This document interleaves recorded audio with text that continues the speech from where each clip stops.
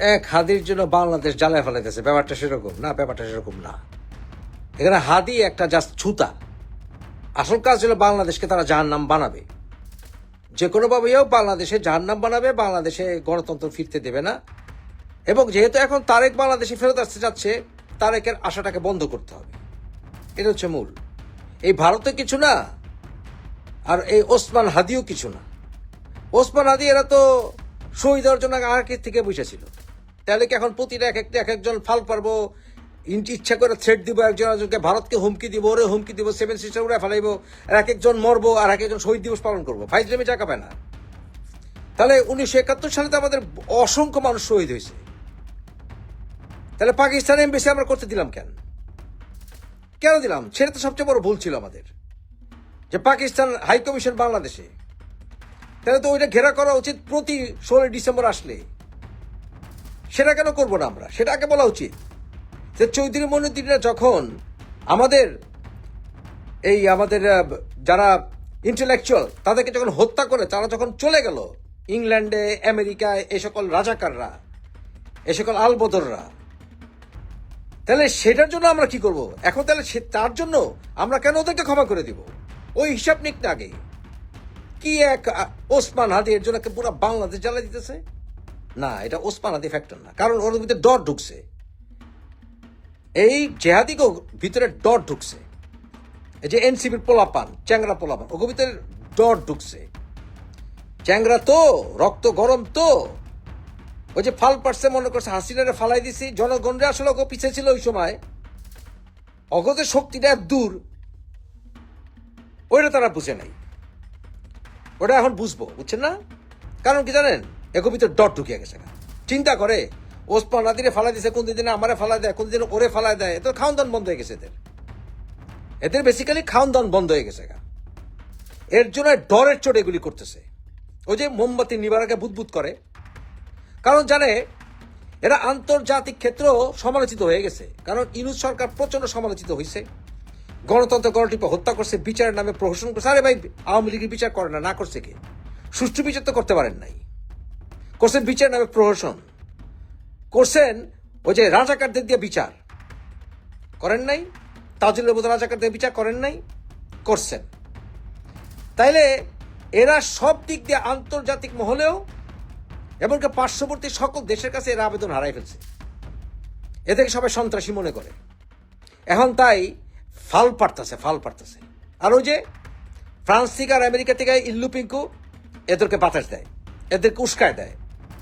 এদেরকে উস্কানের ফলে প্রথম আলো, ডেইলি স্টার, এগুলি তো বহুত আগেই টার্গেট। কারণ ওই যে আরেক রাজাকার আছে না, রাজাকারের পোলা মাহমুদুর রহমান, আমার দেশ, যার মায় কিনা সংগ্রামের এডিটর ছিল, এই রাজাকারের জারদ সন্তান মাহমুদুর রহমান, বুঝছেন না?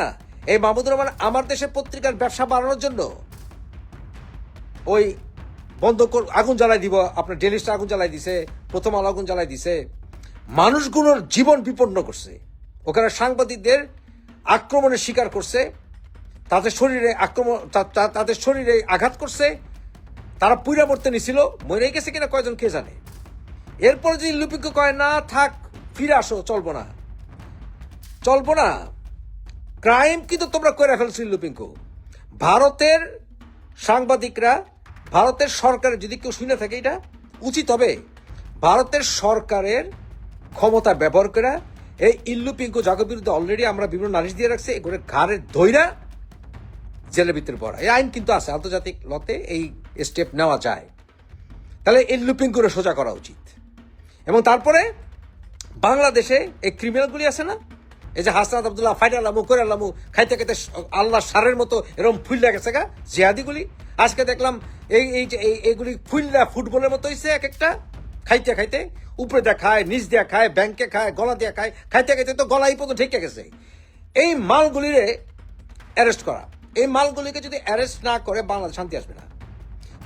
বেশি না, 1000 এই সকল পোলাপান অ্যারেস্ট করে ফেলা উচিত। পোলাপান, মৌলবি, সলবি যা আছে অ্যারেস্ট করে ব্রিফ ট্রায়ালে ফেলা দেওয়া উচিত।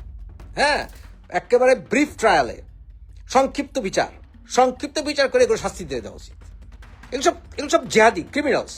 কথা কন না কেন? স্টেট বলেন, আর বিএনপি আওয়ামী লীগ এই বিষয়ে ইউনাইটেড হইতে হবে। ভাই আওয়ামী লীগ অন্যায় করলে আওয়ামী লীগের বিচার সুষ্ঠু করেন না, বিএনপির ক্ষমতা এসে সুষ্ঠু বিচার করুক। আর বিএনপি যা অন্যায় করছে তারও বিচার হোক। বিএনপি তো সন্ত্রাসী পালা শুরু করছে, এগুলো তবা করুক। এই যে আজাদ আড়াই হাজার সন্ত্রাসী না, এটা পাল্টাছে না, এগুলি তবা করে বিএনপি আওয়ামী লীগ দুইজনে দেশের জন্য কাজ করুক, এটা দেশে ইউনাইটেড হয়ে যাক। সবার উপর বাংলাদেশ, সবার উপর 1971 সাল, সবার উপর আমাদের স্বাধীনতার সার্বভৌমত্ব, এরা একত্র হয়ে যাক। এই দুই দল একত্র, এই হারামজাদাগুলির পেদানি দেখ না কেন, সবগুলির বাইন্দা ভিতরে বলুক না কেন, কেন বলবে না? সবগুলি শয়তান। এখন এই কথা কইতে লজ্জা পান কেন? লজ্জা পান, রেখা টেকা করার দরকার। এরা জিহাদি, বাংলাদেশ জিহাদিতে পাল্লায় পড়ে গেছে। আমরাও ট্রিক্ট হয়েছিলাম। শুনেন, শেখ হাসিনার সরকারের পরিবর্তন হোক, গণতন্ত্র ফিরে আসুক, আমিও চাইছি, সবাই চাইছি, আমরা সংগ্রাম করছি, কিন্তু নিশ্চয়ই দেশটাকে জেহাদিরাতে তুলে দিতে চাই নাই।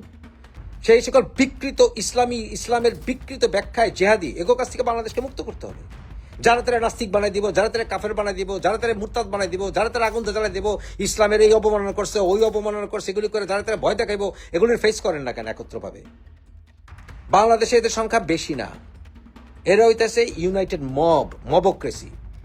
খায় দেয়, কাজ দেয়, এগুলো ব্যক্তিগত পর্যায়ে একটা ভালো চাকরিও পাইব না এই সকল পোলাপান। এরা ওই থাগারি করে খাইতে খাইতে ফুটবলের মতো ফুলবো, বুঝছেন না? সুতরাং বাংলাদেশকে বাঁচাইতে হলে এদের বিরুদ্ধে ইউনাইটেড হইতে হবে। আপনি ভিয়েনা কনভেনশন ব্রেক করে ইউনুস সাহেব, আপনি দেখতেছেন না যে একটা বিদেশি রাষ্ট্রের ডেপুটি হাই কমিশন এরা আক্রমণ করে, এরা প্রোটেস্ট, এরা আক্রমণ করে, এরা থ্রেট দেয় বাংলাদেশের মাটিতে দাঁড়ায় আমাদের প্রতিবেশী রাষ্ট্রের বিরুদ্ধে। প্রতিবেশী রাষ্ট্রে ভুল করলে তার, আমিও তো ভারতের অনেক সমালোচনা করি ভারতের সরকারের, কিন্তু এর অর্থ কি ভারতের হাইকমিশন জ্বালাই দিব? ভিয়েনা কনভেনশন আছে কি করতে? আন্তর্জাতিক আইনে বাংলাদেশ যে মাইনকে চিপায় পড়তেছে, এটা বুঝেন ডক্টর ইউনূস? আপনার আজকে আছেন, কালকে নাই, হয় আল্লাহর কাছে যাবেন না গতি ছাড়বেন। বাংলাদেশে কি হবে তাহলে? এটা কি আপনার দায়িত্ব ভিতরে পড়ে না? বাংলাদেশে পেনাল করে দায়িত্ব ভিতরে পড়ে না? বাংলাদেশ আর্মি প্রধান কি করেন ভাই? আপনি কি ওয়াকার সাহেব, আপনি কি করেন? আপনি তো বলছেন আপনার উপরে আস্থা রাখার জন্য। স্ট্রং হন, অ্যাকশনে যান, এই বান্দর গুলিনে ধরেন, দেশকে ঠান্ডা করেন। কথা নেই, বার্তা নেই, ট্রাক্টর নিয়ে গিয়া বিল্ডিং ভেঙে ফেলাইব, আগুন জ্বালায় ফেলাই দিব। কয়জন এরা কয়জন? 1000, 2000, 3000, 5000, 10,000 এর উপরে না। এই 10,000 আপনি ডান্ডা দিয়ে ঠান্ডা করেন, বেশি না, কয়েকশো আর্মি অফিসার লাগবে, আর্মি লাগবে, সোজা করে দেন, দেখবেন এক অফিসে কুত্তাটাও ঘরাইব না, বুঝছেন? বাংলাদেশকে আর কত জাহান্নাম বানাবেন আপনারা? আর কত জাহান্নাম হইতে দিবেন আপনারা? এটা ভাবতে হইব। এরা যদি চায় যে এরা বাংলাদেশকে যুদ্ধক্ষেত্র বানাইব, যদি চায় ঘোষণা দেখ, তাহলে আমরাও প্রস্তুত হই। বাংলাদেশকে বিএনপি আওয়ামী লীগ, আপনি যাই করেন, বিএনপি করেন, আওয়ামী লীগ করেন, জাতীয় পার্টি করেন, যে দলই করেন, বাংলাদেশকে মদ থেকে বাঁচাইতে হবে। তার জন্য যা দরকার, যদি আমাদেরকে তৈরি হইতে হয় তার আমরা তৈরি হবো। যদি মারামারি করার জন্য বাংলাদেশ মারামারি করে দেশকে বাঁচাইতে হয়, তো তাই সেটাই আমাদের করতে হবে। কি করা? যদি সরকার আমাদেরকে হেল্প না করে, বাংলাদেশ আর্মি হেল্প না করে, তাহলে আমাদেরকে সেটাই করতে হবে। তাহলে আমরা ডান্ডা রেডি করি ঠান্ডা করার জন্য, আর তো উপায় নাই। আছে পরিকল্পিতভাবে কিছু লোককে টাকা পয়সা দিয়ে পাঠানো, 100, 200, 150 লোক গিয়ে এখানে মব তৈরি করবে এবং বাকিরা হুজুগে মাতাল হয়। এটা ডোমিনো এফেক্ট তাই হয়। কিছু লোক করলে বাকিরা মনে করে এটা করাই যেতে পারে। এই ডোমিনো এফেক্টে আগামী কয়েকদিন এই দেশের অবস্থা খুব খারাপ হবে। এবং আমার সবচেয়ে বড় যে আশঙ্কার জায়গাটা হচ্ছে যে যদি হাদির মৃত্যুর মাধ্যমে এটা তারা অ্যাচিভ করতে না পারে, তাহলে তারা হয়তো আরও অনেকগুলো হত্যাকাণ্ড আগামীতে ঘটাবে। যারা জুলাই আগস্টের সাথে জড়িত ছিলেন এবং ছিলেন না, যারা বিভিন্ন সুশীল সমাজের লোকজন, যাদের ভ্যালু আছে, যাদের মৃত্যু মানুষকে ভাবাবে, কাঁদাবে, রাস্তায় নামাবে, তাদের প্রত্যেকে সাবধান থাকুন, সতর্ক থাকুন, কারণ আমার আপনার প্রত্যেকের জীবনে ঝুঁকির মুখে। আমরা সকলেই বিপজ্জনক অবস্থা আছে এবং আমাদেরকে হত্যার মাধ্যমে, কারো না কারো হত্যার মাধ্যমে বা বড় কোনো অঘটন ঘটানোর মাধ্যমে এই দেশকে আরও বেশি অশান্ত করার জন্য আন্তর্জাতিক প্লেয়াররা এই মুহূর্তে মাঠে আছে। এটা আমাদেরকে মানতে হবে। এবং আপনারা আসলে যতই ডক্টর ইউনূসকে গালি দেন, এটা দেন, ওইটা দেন, they are part of this game. Osman হাদির মৃত্যুর অফিসিয়াল ঘোষণার পরে সারা বাংলাদেশে একটা তাণ্ডব করা হবে এবং বিভিন্ন জায়গায় একেবারে টার্গেটেড আক্রমণ করা হবে। এই খবরটা কিন্তু গত কয়েকদিন ধরে বেশ চাউর। আপনাদের যারা আমার মতো বা অনেকেরই অনেকগুলো হোয়াটসঅ্যাপ গ্রুপ থাকে, আপনারা জানেন যে হোয়াটসঅ্যাপ গ্রুপগুলোতে এই মেসেজগুলো চালাচালি হচ্ছে এবং সকলেই জানে যে এক ধরনের প্রস্তুতি নেওয়া হচ্ছে, একটা মব শোডাউন দেওয়া হবে সারা বাংলাদেশ জুড়ে এবং কিছু স্পেসিফিক জায়গায় ভাঙচুর করাই হবে। মানে জাস্ট মূর্খরা চলে যাবে 32 নম্বর ওই ভাঙ্গাটা ভাঙতে, কিন্তু বাকিদেরকে খুব প্ল্যান অনুযায়ী বিভিন্ন জায়গায় সেট করা হচ্ছে। এই খবর আমরা সকলেই জানি এবং যদি আমরা সকলেই জানি, অবশ্যই বাংলাদেশ সরকারের সকল গোয়েন্দা সংস্থা এই জিনিসগুলো জানে। সেনাবাহিনীর গোয়েন্দা সংস্থা জানে, পুলিশের গোয়েন্দা সংস্থা জানে, সকলেই জানে। এবং ওসমান হাদির মৃত্যু খুব আকস্মিক ঘটনা না। তিনি যেদিন আহত হয়েছেন সেদিন থেকে আমরা সকলেই প্রার্থনা করছিলাম, দোয়া করছিলাম যাতে আল্লাহ তাকে সুস্থ করে আবার আমাদের মাঝে ফিরিয়ে দেন, কিন্তু আমরা সকলেই জানি যে তিনি খুবই একটা স্ট্রাগল করছেন এবং তার পরিস্থিতি থেকে বেঁচে আসার সম্ভাবনা খুবই কম। যদি আল্লাহ দয়া না করেন, তাহলে বিশেষভাবে যদি আল্লাহ তাকে মাফ না করে থাকেন, তাহলে ওই অবস্থা থেকে তিনি ফিরে আসতে পারবেন না। এবং তার পরবর্তীতে যে এই তাণ্ডবটা করা হবে, যেটা গত রাতে থেকে সারা বাংলাদেশে চলছে এবং ঢাকা শহরে চলছে, এটা আমরা সকলেই জানতাম। জানার পরেও সরকার এই কোনো ধরনের ব্যবস্থা নেয় নাই। কারণটা কি? কারণটা হচ্ছে একটা বড় ষড়যন্ত্রের ভিতর দিয়ে আমরা এই দেশটা যাচ্ছি এবং এই ষড়যন্ত্রের দ্বিতীয় পার্টে ওসমান হাদিকে কেন্দ্র করে, ওসমান হাদির লাশকে কেন্দ্র করে এই গোটা তাণ্ডবটা রটানো হচ্ছে। আপনারা দেখবেন যে একেবারে শুরুতেই প্রথম আলো এবং ডেইলি স্টার পুড়িয়ে দেওয়া হলো। আমি জানি অনেকেই খুব খুশি হয়েছেন, মানে প্রথম আলো এমন একটা উদ্ভট জায়গার মধ্যে দাঁড়িয়ে আছে যে ওকে পুড়ালে শেখ হাসিনা বিরোধী যারা আছে তারা তো পুড়িয়েছেই, এবং যারা শেখ হাসিনা পন্থী তারাও খুব খুশি হয়েছে যে যা শালা লাল বদর, এখন তুই বুঝগা। কিন্তু বাস্তবতা হচ্ছে এই খুশি হওয়া আমাদের উচিত না। যে খুশিটা এর আগে গত বছর 24-এর 5ই আগস্টের আগে এবং পরে অনেকেই হচ্ছিলেন এবং যাদেরকে আমরা বারবার বলছিলাম যে এইটা একটা বৃহত্তর ষড়যন্ত্রের অংশ হিসেবে উগ্র ডানপন্থীদের হাতে এই দেশটা আপনারা তুলে দিচ্ছেন, সেই আমাদের বন্ধুবান্ধব লাল বদররা অনেকেই তখন এই জিনিসটাকে কলার ঝাড়া দিয়ে দিয়েছেন এবং তারা সকলেই বলেছেন বিকল্পকে আমি আপনি সকলেই বিকল্প। এই বিকল্পরা এখন দৌড়ের উপরে আছেন। এই বিকল্পদের মধ্যে যারা কালচারাল লোকজন যারা ছিলেন এই আন্দোলনের মধ্যে, এদের অধিকাংশই দেখবেন আপনি আমেরিকা চলে গেছে, ফ্রান্সে চলে গেছে, কানাডায় আছে কয়েকজন, ওইখানের মধ্যে তারা সুখে শান্তিতে বাস করছে। এই দেশ নিয়ে আর তাদের কোনো ধরনের মাথা ব্যথা নাই। একেবারে বড় বড় অনলাইন ইনফ্লুয়েন্সার থেকে শুরু করে বড় বড় অনেক শিল্পী, সাহিত্যিক, নির্মাতারা এইভাবে চলে গিয়েছেন, কারণ ইট ওয়াজ এ টোটাল প্যাকেজ। তখন আপনারা যারা আমাদের কথাগুলো শোনেন নাই, এখন দয়া করে আবার শুনুন। গরিবের কথা বাসি হলে ফলবে। এই মুহূর্তে দেশে যে অবস্থাটা চলছে, এটা হচ্ছে সেকেন্ড ফেজ, এটা হচ্ছে একটা দ্বিতীয় পর্যায়ে। এটা করাই হয়েছে যাতে বর্তমানের যে ইন্টারিম সরকার আছে তাকে আমরা যতই গালি দিই, একটা ইন্টারিম সরকার আছে তাকে ফেলে দিতে হবে এবং এই ফেলে দিয়ে আর্মি ব্যাক একটা নতুন কাহিনী তৈরি করার জন্য এইখানের মধ্যে বিদেশি ষড়যন্ত্র চলছে এবং বিদেশি ষড়যন্ত্র অবভিয়াসলি এটার সাথে বাংলাদেশ সেনাবাহিনী জড়িত। এই বিষয়ে এখন লুকাছাপা করার কিছু নাই। আপনারা যতবারই দেখবেন এই দেশের মধ্যে বড় বড় দুর্যোগ এসেছে, ক্ষমতা সেনাবাহিনী দখল করার আগে এই ধরনের অস্থিরতা তৈরি হয়েছে। আপনারা দেখেন এই প্রথম আলো ডেইলি স্টারের কার্যালয়ের সামনে নুরুল কবিরের মতো একজন সর্বজন শ্রদ্ধা সম্পাদককে যখন লাঞ্ছনা করা হচ্ছে, আশেপাশে সেনাবাহিনী দেখছে, আঙ্গুল চুষছে এবং বগল বাজাচ্ছে, কারণ এই পুরো জিনিসটাই তাদের পরিকল্পনা মতো হচ্ছে, তাদের প্ল্যান মতো হচ্ছে। এবং সেই প্ল্যানের সাথে যদি আমরা আপনারা জড়িয়ে পড়ি, এই দিকে হোক আর ওই দিকে হোক, এটা একটা দেশের জন্য খুব বিপজ্জনক অবস্থা তৈরি করবে। আমাদেরকে বুঝতে হবে যে ওসমান হাদির যে মৃত্যু হয়েছে, তাকে যে বা যারা খুন করে থাকুক না কেন, তাদের প্রত্যেকের সর্বোচ্চ শাস্তি আমাদের প্রয়োজন আছে। কিন্তু এই খুনিরা কিভাবে এখন পর্যন্ত ধরাছোঁয়ার বাইরে আছে, তারা দেশে থাকুক আর দেশের বাইরে থাকুক, কেন তাদেরকে ধরাছোঁয়া যাচ্ছে না? যেখানে একজন মুখোশ ঢাকা কাজের মেয়ে খুন করেছিল, খুন করার পর তাকে কই প্রত্যন্ত গ্রামাঞ্চল থেকে ধরে নিয়ে আসা গেল, এদেরকে কেন ধরা হচ্ছে না? এদের পিছনে কিভাবে এজেন্সিগুলোর সমর্থন আছে, কিভাবে একটা মোটরসাইকেলের জায়গায় আরেকটা মোটরসাইকেল দেখিয়ে ধুমধাম করে একটা লোককে গ্রেফতার করা হচ্ছে, এই প্রশ্নগুলো কিন্তু এখনও তোলার সময় আছে। তবে তার থেকে বড় জিনিসটা হচ্ছে দেশের স্বার্থে, দেশকে যদি বাঁচাতে হয়, আগামী নির্বাচন বানচালের এই যে টোটাল চেষ্টাটা হচ্ছে, এটার বিরুদ্ধে আমাদের সবাইকে একসাথে রুখে দাঁড়াতে হবে। হ্যাঁ, নির্বাচনে যেই আসুক, যত খারাপ লোকই আসুক, আপনার যত অপছন্দের লোকই আসুক, যতক্ষণ না একটা নির্বাচিত সরকার এই দেশের মধ্যে আসবে, এই ষড়যন্ত্র খুব মারাত্মক দিকে যাচ্ছে। এবং এটাকে আপনারা দেখি না কি হয় এইভাবে যদি ধরে রাখেন, বিপদ থেকে আমরা কেউই বাঁচব না। আমার অনেক বন্ধুবান্ধব প্রথম আলো ডেইলি স্টারের উপর হামলা হয় মহা খুশি, আমাকে ইনবক্সে পাঠিয়েছেন। প্রথম আলো আমাদের একজন বন্ধু আছেন, যেমন ধরুন শিমু নাসের 5ই আগস্টের পরে বলেছিলেন যে এই যে কিবোর্ডের ব্যাকস্পেস না চেপে লিখতে পারি, এই বাক স্বাধীনতার জন্যই লড়াই করেছিলাম। তো আমাকে একজন ইনবক্সে লেগেছে, ভাই আপনাদের শিমুনা স্যার তখন কিবোর্ডটাই পুড়ে ফেলাছে। এটা আপনাদের কাছেও তো অনেক ধরনের তৃপ্তি বা মজার জায়গাটা লাগছে। আমাকে একজন পাঠিয়েছেন যে জাইমা রহমান, আপনারা জানেন যে ডেইলি স্টারের সাংবাদিক, যিনি এই জুলাই আগস্টের বিপ্লবে 24 সালে একটা বিশাল ভূমিকা রেখেছেন, একদম যাকে আমরা বলি জাদ্রেল ভূমিকা রেখেছেন, এবং পরবর্তীতে এই যে জুলাই চেতনা, আগস্টের চেতনা বিক্রি ব্যর্থা করে যারা পরবর্তী 1 বছর খাচ্ছেন ভাঙ্গায়, উনি বিভিন্ন সেমিনারে সমাবেশে গিয়ে ওইটা ভাঙ্গায় খান, সেটা তার ব্যাপার। কিন্তু উনি যখন শ্বাস নিতে পারছেন না, ফেসবুকে লিখেছেন যে শ্বাস বন্ধ হয়ে যাচ্ছে, মহা খুশি হয়ে লোকজন আমাকে ইনবক্সে স্ক্রিন দিচ্ছে, ভাই এই যে আপনাদের জাইমা রহমান সাংবাদিক ধরা গাইছে, এখন কেমন লাগে, তার জুলাই বিপ্লব কেমন লাগে। এই জিনিসগুলো নিয়ে আমরা অনেক হাসি ঠাট্টা করতে পারবো, আপনি পারবেন, আমি পারবো, আরও অনেকেই হয়তো করতে পারবেন, কিন্তু বাস্তবতা হচ্ছে একই জিনিসের পুনরাবৃত্তিটা ঘটছে।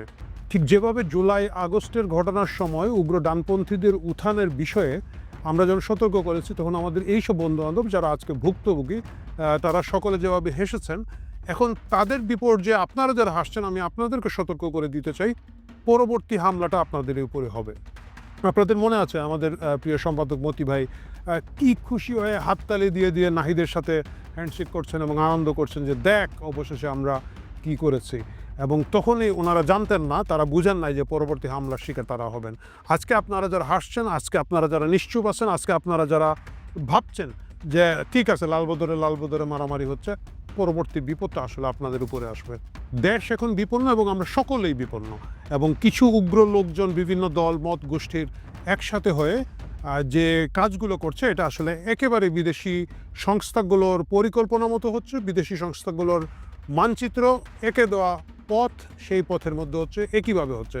আপনারা দেখবেন, আমি দেখলাম যে এনসিপির এক নেত্রী যেমন উদিচিকে টার্গেট করে 3 দিন ধরে স্মির ক্যাম্পেইন করছেন, এবং তখনই আমি বুঝেছি যে উদিচি এবং ছায়ানট দুটোর নাম যখন উনি বলেছেন যে এই দুটোর উপরে হামলা করবে, মানে তখন পর্যন্ত তো সকলেই মোটামুটি যারা একটু সচেতন ঢাকায় তারা জানতেন যে একটা হামলার প্রস্তুতি হচ্ছে বিভিন্ন জায়গায়, এবং এই প্রস্তুতির মধ্যে তখন ছায়ানট ঢুকে যাবে এবং উদিচি ঢুকে যাবে। এনসিপির ওই নেত্রীর বক্তৃতা, মানে উনি যখন এটা ক্যাম্পেইন শুরু করেছেন তখন কিন্তু ইনবক্সে চালাচালি হয়েছে, এবং আমাদের যারা সাংস্কৃতিক মনা বন্ধুবান্ধব আছেন যোগসূত্রে, তারা প্রত্যেকে সতর্ক করেছেন যে হ্যাঁ এটা হবে, এবং এটার পিছনে হয়তো উদিচির আর্টিস্টরা এবং ছায়ানট এই প্রতিষ্ঠানগুলোর উপরে হামলা হতে পারে। তাহলে দেখা যাচ্ছে এই পুরো পরিকল্পনাটা এমনভাবে করা হচ্ছে যে দেশটা যাতে খুব বেশি অশান্ত হয়ে পড়ে, অস্থির হয়ে যায়, এবং এমন একটা পর্যায়ে তৈরি হয় যখন এই সরকারকে সকলে মিলে আমরা টেনে হিঁচড়ে নামাতে বাধ্য হব, এবং তখন গিয়ে ওই আগের মতো ওয়াকার আরেকটা ব্লাফ মারবে, আগের বার মেরেছিল যে দেশের সকল নিরাপত্তার দায়িত্ব আমার, আপনারা টেনশন ফ্রি থাকেন, একই কথা বলে আরেকটা নতুন সরকার এখানের মধ্যে দিবে, এবং ওই সরকার এই সরকারের চেয়ে খারাপ হবে।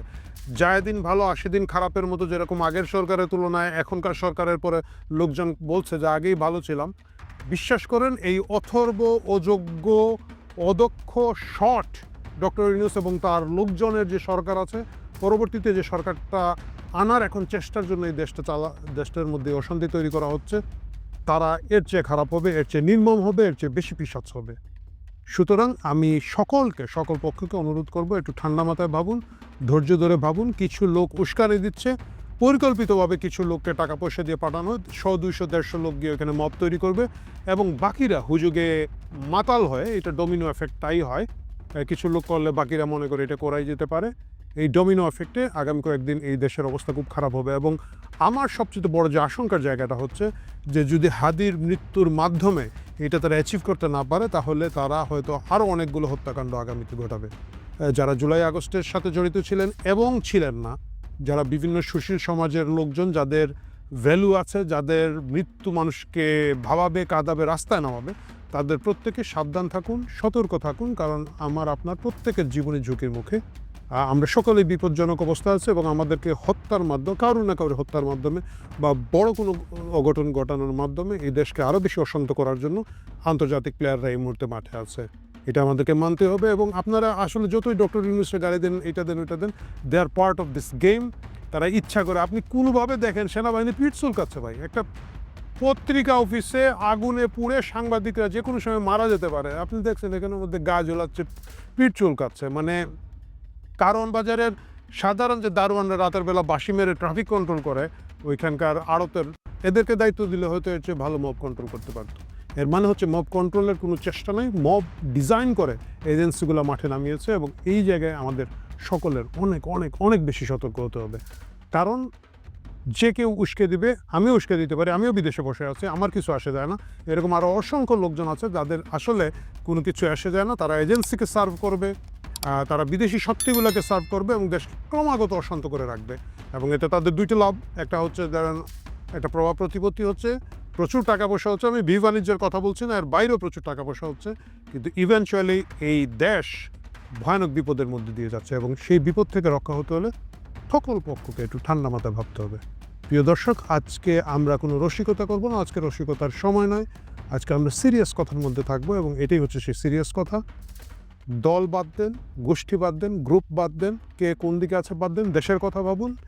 এই মুহূর্তে যদি দেশ রক্ষা হয়, আগামীতে আপনারা মিলে আবার ঝগড়া বিবাদ মারামারি দেশ নিয়ে কামড়াকামড়ি সবই করতে পারবো, কিন্তু দেশ যদি না থাকে, দেশের টোটাল শাসন ব্যবস্থা যদি না থাকে, রাষ্ট্র যদি উল্টো পাল্টো হয়ে যায়, আজকে হয়তো মতি ভাই উপরে বিপদ আসছে বলে আপনি হাসতেছি, খুব ভালো হয়েছে খুব ভালো হয়েছে বলছেন, কিন্তু মনে রাখতে হবে এর বাইরে কালকে মতি রহমানের জায়গায় অন্য কোনো মতি আক্রান্ত হতে পারেন এবং তখন কাদার জন্য কোনো লোক অবশিষ্ট থাকবে না।